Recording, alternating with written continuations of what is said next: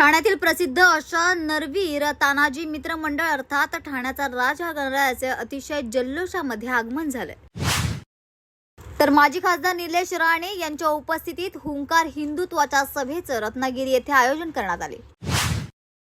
मुख्यमंत्री बोलले, रामगिरी महाराज यांच्या केसाला धक्का लावू देणार नाही असं वक्तव्य इम्तियाज जलील यांनी केले। कृषी मंत्री धनंजय मुंडेकडून गेवराई तालुक्यातील नुकसानग्रस्त पिकांची पाहणी करण्यात आली। रावसाहेब दानवे जिंकले असते, त्यामुळे ते ज्यांनी बिघडवलं त्यांचे कान टोचत आहे असं वक्तव्य किशोरी पेडणेकर यांनी केलं। मुख्यमंत्री पदाबाबत उद्धव ठाकरे, शरद पवार, मल्लिकार्जुन खरगे हे एकत्र बसून योग्य तो निर्णय घेतील असं वक्तव्य आनंद दुबे यांनी केलंय। सीबीआयच्या माध्यमातून गुन्हा दाखल झाला हे देवेंद्र फडणवीस यांचे कटकारस्थान असल्याचा आरोप अनिल देशमुख यांनी केलाय। राज्यातील सरकारने समाजात भांडण लावण्याचा प्रकार घडवला आहे असा आरोप नाना पटोले यांनी केलाय।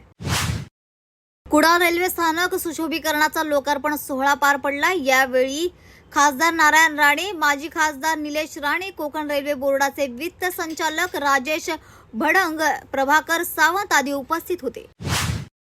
डोंबिवलीतील कोकणात जाणाऱ्यांसाठी खासदार श्रीकांत शिंदे यांच्यातर्फे मोफत बस सेवा उपलब्ध करण्यात आली असून प्रवाशांमध्ये आता उत्साहाचं वातावरण पाहायला मिळते।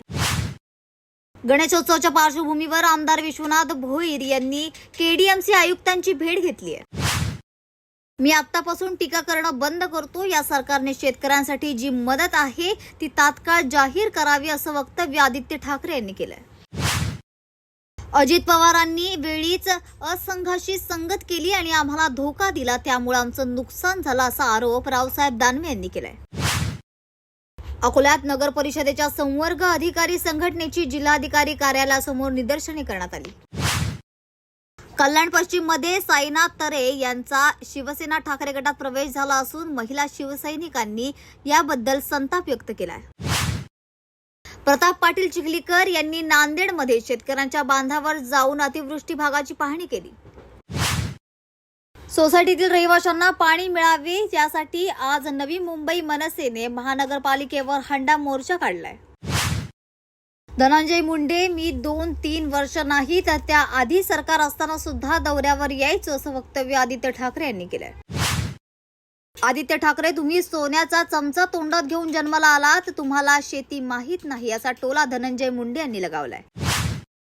मुख्यमंत्री एकनाथ शिंदे, उपमुख्यमंत्री देवेंद्र फडणवीस यांनी उदगीर तालुक्यातील अतिवृष्टीने झालेल्या नुकसानीची पाहणी केली आहे।